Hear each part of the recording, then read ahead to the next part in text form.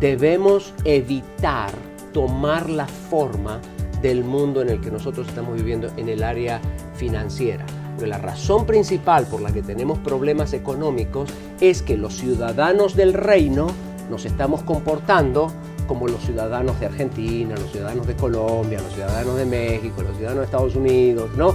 Nos estamos comportando como los ciudadanos del mundo en vez de comportarnos como ciudadanos del reino.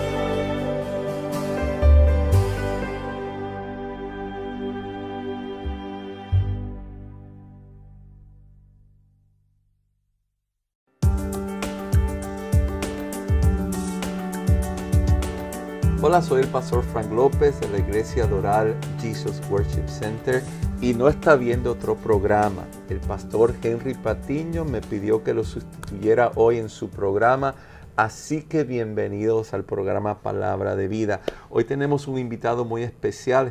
Vamos a estar hablando con el doctor Andrés Panasiuk, fundador del Instituto para la Cultura Financiera, sobre algunos consejos de cómo administrar las finanzas de una forma inteligente en una sociedad de consumo. Bienvenido, doctor. ¿Qué tal, pastor? ¿Cómo le va? Qué honor estar con usted el día de hoy. Palabra de Vida. Gracias. Muchas gracias. Hoy estamos sustituyendo al pastor Henry Patiño. Sí, ¿no? Aprovechemos que no está. Está de vacaciones, lo mandamos de vacaciones. Claro. Cuéntenos, denos consejos prácticos. Estamos en una sociedad de consumo. Y tenemos que imponernos nosotros la sabiduría para administrar nuestras finanzas. Claro, exactamente. Hay un pasaje muy interesante allí en Romanos capítulo 12, ¿no? Versos 1 y 2, donde dice que no debemos tomar la forma de este mundo, sino debemos ser transformados por medio de la renovación de nuestro entendimiento. La Dios habla hoy, la versión Dios habla hoy, dice, cambia tu manera de pensar para cambiar tu manera de vivir. Y yo creo que es una excelente traducción, ¿no? Y es un excelente concepto. Debemos evitar tomar la forma del mundo en el que nosotros estamos viviendo en el área financiera. Porque la razón principal por la que tenemos problemas económicos es que los ciudadanos del reino nos estamos comportando como los ciudadanos de Argentina, los ciudadanos de Colombia, los ciudadanos de México, los ciudadanos de Estados Unidos, ¿no? Nos estamos comportando como los ciudadanos del mundo en vez de comportarnos como ciudadanos del reino. Doctor, qué importante es hacer énfasis en la cantidad de veces, en la importancia que la Biblia le da a las finanzas, sí, al dinero, claro, y el consejo que la Biblia nos da de cómo administrar ese dinero. Claro. Comencemos con consejos prácticos. Bueno, yo creo que, volviendo al tema este de lo que dice la Biblia, dicen los expertos que hay como 500 versículos que hablan sobre la fe y otros 500 que hablan sobre la gracia, pero hay más de 2.350 versículos que hablan sobre cómo quiere Dios que manejemos el dinero y las posesiones. Entonces, a mí me parece que es muy importante que le prestemos atención, porque parece como que a Dios le interesa el tema, ¿no? El tema del dinero es el tema más mencionado en el Nuevo Testamento después del tema del amor. El tema del amor es número 1, el tema del dinero es número 2. Yo creo que, yo no sé, a mí me parece que Dios nos quiere decir algo, ¿no? Y Dios nos quiere decir algo. Yo creo que una de las cosas que hace la diferencia entre lo que nosotros enseñamos en el cuerpo de Cristo, en el Instituto para la Cultura Financiera y lo que otros gurús financieros enseñan en el mundo, la gran diferencia está en la fuente de la cual nosotros bebemos. El mundo bebe de la fuente del materialismo, mientras que nosotros bebemos de la fuente de la palabra de Dios. Excelente. ¿No?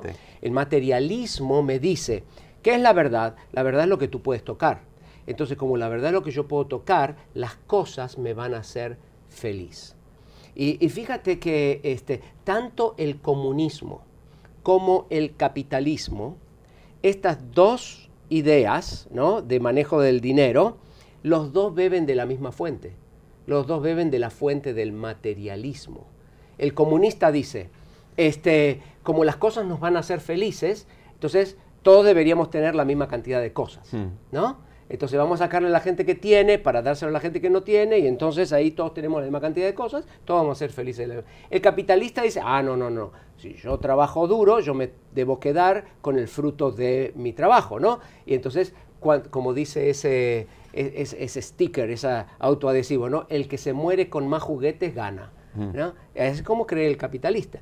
Pero los dos creen que las cosas nos van a hacer feliz y son dos caminos para lograr lo mismo. Excelente. Lograr la mayor cantidad de cosas para ser felices. El Señor Jesús nos dice, la vida del hombre no consiste en la abundancia de bienes que posee.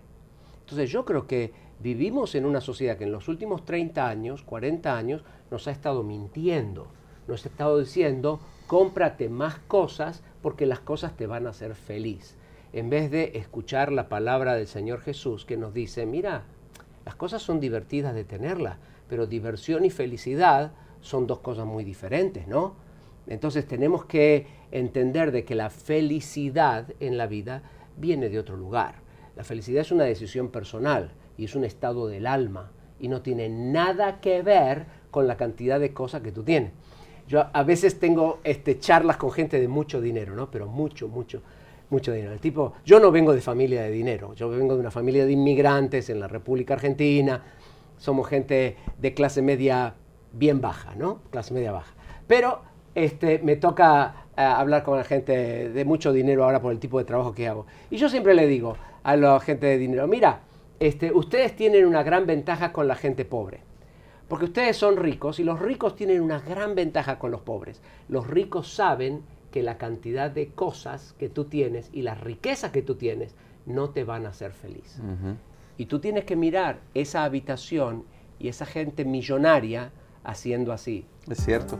Y diciendo, es cierto, ¿no? Enseguida regresamos, no cambies el canal. Continuamos con el doctor Andrés Panasiuk hablando de consejos prácticos para administrar nuestras finanzas.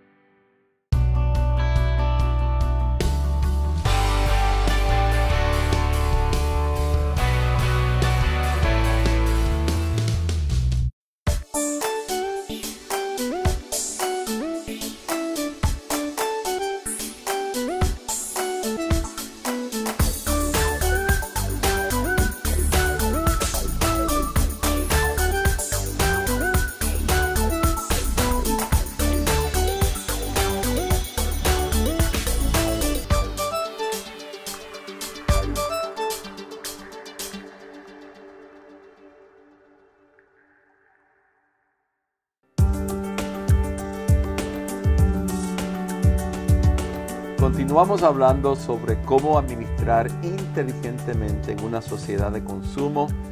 Con nosotros está el doctor Andrés Panacio. Qué bueno que lo tenemos aquí, doctor. No, un honor, pastor. Hablemos, ¿cómo usted nos aconseja el peligro de la deuda? El por qué la Biblia nos enseña de evitar la deuda. Claro, estábamos hablando hace un ratito atrás sobre este tema del materialismo y que la gente entra a pensar de que las cosas me van a hacer feliz. Exacto. Ese deseo de tener cosas que no necesito, con dinero que no tengo, para impresionar a gente que ni siquiera conozco, ¿no? Ese deseo es el que me lleva a comprar primero y pagar después, en vez de ahorrar primero y comprar después. Excelente. Ese deseo de decir, bueno, compro y las cosas, esa televisión me va a hacer más feliz, ¿no? O ese juego de sala nos va a hacer más feliz. Y sí, lo hace por un par de semanas y después cuando viene el tiempo de empezar a pagarlo, ¿no? Empiezan los dolores de cabeza. Entonces, tenemos que volver a algunos conceptos que nuestros padres y nuestros abuelos tenían con respecto al tema del dinero, que les hizo muy bien a ellos y que nos está haciendo, y que el desobedecerlo nos está trayendo muchos problemas. Por ejemplo, necesitamos practicar la gratificación diferida. La gratificación diferida significa que yo voy a decir no el día de hoy a algo para poder decir sí a algo mejor mañana, ¿no? Por ejemplo, si yo tengo aquí $100 y yo le digo, ¿qué prefiere usted? ¿$100 al principio del programa o $200 para cuando el programa termine? Entonces, la gente a veces me dice, no, para los 200 cuando termine. Pero eso se llama gratificación diferida. Decir no a algo el día de hoy para poder decir sí a algo mejor el día mañana. De mañana. Exactamente. Entonces, nuestros padres y nuestros abuelitos vivían la gratificación diferida. Nosotros, bueno, ellos no sabían que se llamaba así, ¿no? Pero la vivían. Ellos se sacrificaron a sí mismos. Mi mamá me dice, mi mamá tiene 80 y pico de años, ¿no? 87 años. Me dice, y bueno, nosotros nos sacrificamos, pero por lo menos ustedes chicos están mejor, ¿no?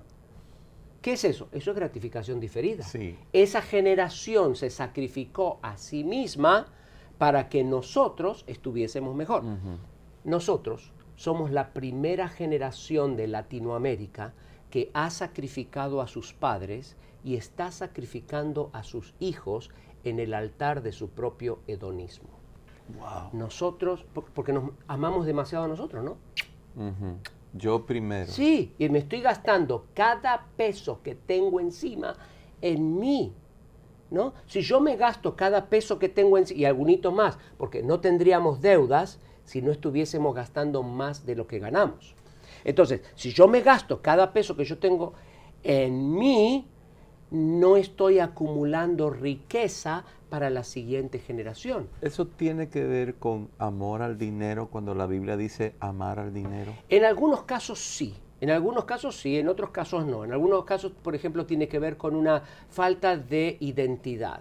Yo no entiendo quién yo soy.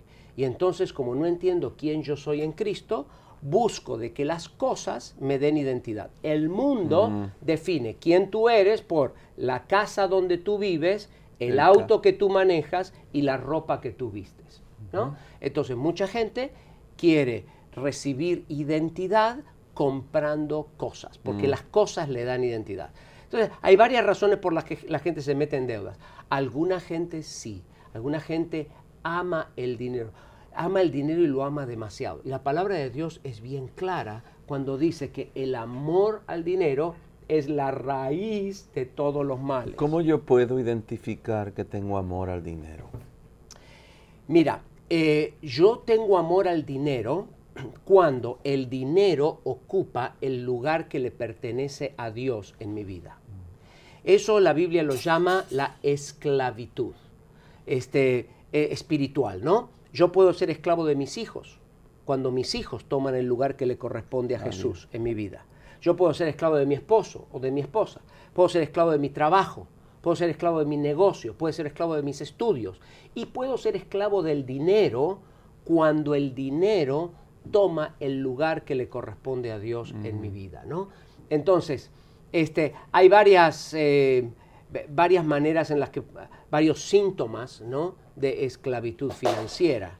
Por ejemplo, la gente no tiene control del dinero, no sabe ni cuánto entra ni cuánto sale, hay un completo desorden en su vida. Falta de administración. Ajá. Hay gente que vive amargado y angustiado. Hay gente que vive malhumorado, ha perdido la paz. El Señor Jesucristo nos dijo, mi paz os dejo, mi paz os doy, no como el mundo la da, yo os la doy. Entonces, cuando yo pierdo la paz, ¿no?, en el interior de mi vida, es porque el Dios del dinero ha tomado control de mi corazón, ¿no? Entonces ya no estoy experimentando la paz del Señor. Y eso le puede pasar a cualquiera. Sí, señor. Eso le puede pasar a un cristiano. Claro, por supuesto que sí. Mi esposa y yo, cuando el doctor Larry Burkett nos encontró en la ciudad de Chicago, mi esposa y yo estábamos en $65,000 de deudas después de 3 años de casados. Wow. Y yo era el pastor principal de una iglesia y era el gerente de una emisora cristiana. En el próximo segmento, Andrés, me gustaría que nos enseñaras cómo salir de la deuda, cómo evitarla, pero si ya estamos en la deuda, cómo podemos salir de la deuda. No cambies el canal, enseguida regresamos.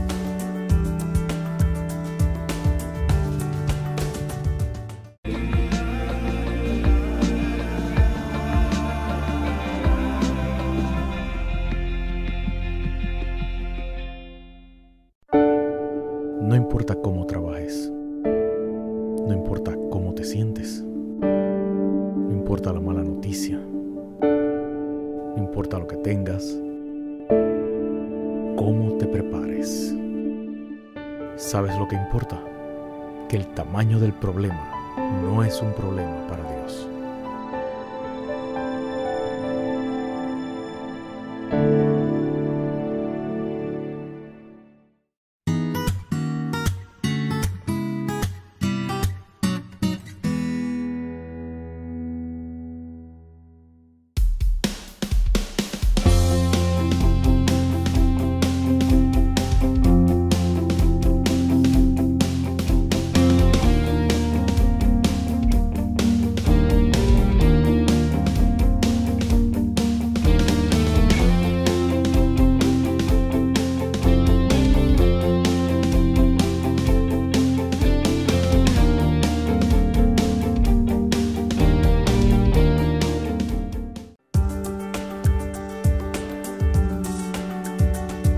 Continuamos hablando cómo administrar inteligentemente en una sociedad de consumo con nosotros el doctor Andrés Panasiuk. Andrés, ¿cómo evitar la deuda? Bueno, mira, hay varias razones por las que la gente se mete en deudas, ¿no? La más común es la falta de orden, hay desorden. La otra es que nosotros violamos ciertos principios, que yo llamo principios P, con P mayúscula, ¿no? Son principios atemporales, universales, que Dios colocó en el universo en el momento de la creación y que nos llevan naturalmente en el camino de la prosperidad integral. Violamos esos principios, como por ejemplo la paciencia, o la integridad, o el orden, o ser previsores, ¿no? Hay toda una serie de principios en los que yo hablo en mis libros que uno necesita obedecer. Entonces, cuando uno los desobedece, se mete en problemas, ¿no? Esa falta de, por ejemplo, esperar en el Señor por las cosas. Uno tiene que aprender a esperar. Yo tengo un concepto que lo creo profundamente, ¿no?, que es el concepto del kairos. Es el tiempo perfecto de Dios. Entonces, en mi casa hemos aprendido a esperar el tiempo perfecto de Dios para comprar las cosas. Excelente. Entonces, bueno, cuando tenemos el dinero, las compramos. Y cuando no tenemos el dinero, pues nos esperamos, ¿no?, a que Dios provea el dinero para poder hacerlo. Ese es el principio de la paciencia. Es el principio de la paciencia, ¿no es cierto? La perseverancia a través del tiempo. Upomeno es la palabra griega que se encuentra ahí en el libro de Santiago, capítulo 1, donde dice, la prueba de la fe obra paciencia, dice la Reina Valera. Pero en realidad, la palabra que está allí detrás obra perseverancia, aprender a perseverar a través del tiempo, ¿no? Y bueno, y también una actitud muy normal en Latinoamérica, que es el de salir de fiadores de parientes y de amigos. ¿Qué ¿no? dice la Biblia acerca de eso? Porque Mira, es muy común, lo vemos muy común. Sí. Préstame tu crédito, fírmame Sí. por mí, lo que le llaman en Sí. Estados Unidos el cosigner. el cosigner, exactamente. Salir de garante, salir de Exacto. fiador. En diferentes países se llama de diferentes maneras, pero la Biblia es bien clara. Dice, mira, en principio, en primer lugar, no es pecado, ¿no? No es un pecado. Pero la Biblia dice, el que sale de garante o el que sale de fiador ha perdido el sentido común. Wow. ¿no? Se ha vuelto loco. Hay una versión que dice, se ha vuelto loco. Y luego dice, si saliste de garante, esta misma noche trata de salirte del arreglo, ¿no? Entonces, no es Fíjate. algo que Dios quiere que nosotros hagamos. Entonces, ¿no? la Biblia nos aconseja que no seamos Que fiadores. no seamos de fiadores. Ni de nuestras amistades Exacto. y familiares. Sí, sí, y la ciencia también lo dice, porque el 70%, este es un número científicamente comprobado, ¿no? 73% de la gente que firma como garante o fiador termina pagando por esa garantía. Eso es un alto número. Es un alto número. Entonces, ¿qué significa? Es que hay una razón por la que al ingrato no le quieren dar el dinero. Hay una razón. Y la razón es que es muy peligroso. Entonces, ¿por qué tú le vas a...? No te vienen a pedir una firma, te están viniendo a pedir el dinero. Ahora, si tú tienes el dinero y se lo puedes regalar y se lo puedes dar, es otra cosa, ¿no? No hay ningún problema. Pero si tú no tienes el dinero y no se lo puedes regalar, entonces no deberías hacerlo. Nosotros hemos visto Interesante. familias rotas. Iglesias con problemas, iglesias divididas por este tipo de cosas, ¿no? Entonces, gente que se va de las iglesias justamente porque, ¿sabes la diferencia entre un pariente lejano y un pariente cercano? Un pariente lejano es un pariente cercano que nos pidió plata. Entonces, eso es lo que pasa. La gente te firma, uno sale de fiador y después terminan no pagando y al final de cuentas se te van de la iglesia, te arruinan las familias, arruinan las relaciones. Entonces, mejor no hacerlo. Mejor y si no lo hacerlo. has hecho, entonces trata de salirte de eso lo antes posible, ¿no? Ahora, con los minutos que nos queda, doctor, me gustaría que nos enseñara cómo salir de deuda. Vamos a suponer, cometimos el error. Sí. Somos fiadores, Sí. hemos Sí. comprado compulsivamente, no Sí. esperamos, compramos antes de tener el dinero. Ahora, ¿cómo salimos de esto en que hemos caído? Sí, mira, nosotros tuvimos esa experiencia de salir de grandes cantidades de deudas, mi esposa y yo, y hemos ayudado a decenas de miles de familias en Latinoamérica en nuestros últimos 20, 30 años a salir de sus problemas. Entonces, salir no es problema. ¿Sabes qué? Tú tienes que pensar, hay esperanza, siempre hay una esperanza para salir. Y hay un camino, y es el mismo camino siempre. Entonces, no es ningún problema salir. El asunto es entender por qué me metí, dónde me metí, y qué tengo que hacer para nunca caer de vuelta en ese lugar. Ahora te explico el camino. Número 1, tengo que tomar control del dinero. Control. Sí. Número 2, tengo que sacarle una radiografía a mis deudas. Tengo que hacer una listita de cuánto le debo, a quién le debo, cuánto estoy pagando de interés y todo ese tipo de cosas, ¿no? Entonces, radiografía de las deudas. Número 3, tengo que bajar mis gastos y tengo que subir mis ingresos. Un poquito, no hace falta mucho. En Estados Unidos, $50, $70, $100. No hace falta tomar otro trabajo. Un trabajito extra los fines de semana es más que suficiente. Pero bajar los gastos, subir los ingresos y luego hacer un plan de repago de las deudas con un sistema que nosotros llamamos sistema bola de nieve. Así se llama, el sistema bola de nieve. Usted puede ir a la internet y puede poner eso en su motor de búsqueda, en la computadora, y ver cómo funciona el sistema bola de nieve, ¿no? Y de esa manera uno termina pagando todas las deudas. Nosotros teníamos un plan de 5 años para salir de deudas. Gracias a Dios salimos nomás en 3 años y medio. Y luego uno debe ahorrar para nunca más pedir prestado. Doctor, muchas gracias por haber estado con nosotros. Lo bendecimos, siempre aprendemos muchísimo de usted. Muchas gracias. Y bueno, todos sus libros son una maravilla. Recomendamos todos los libros del doctor Andrés Panasiuk, el hombre más rico del mundo. Sí, ese es uno de los que más me gusta, ¿eh? Así que sí. no cambies el canal, enseguida regresamos.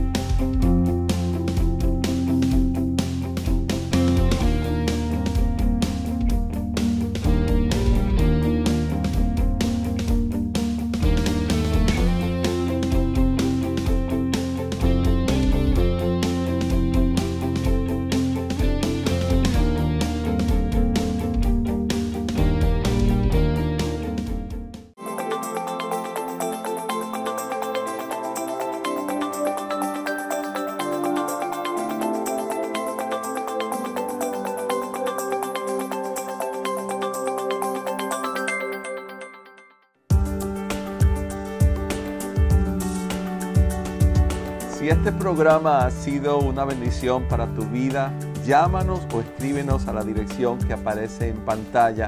Ahora permítenos orar por ti. Padre, te damos gracias por este momento.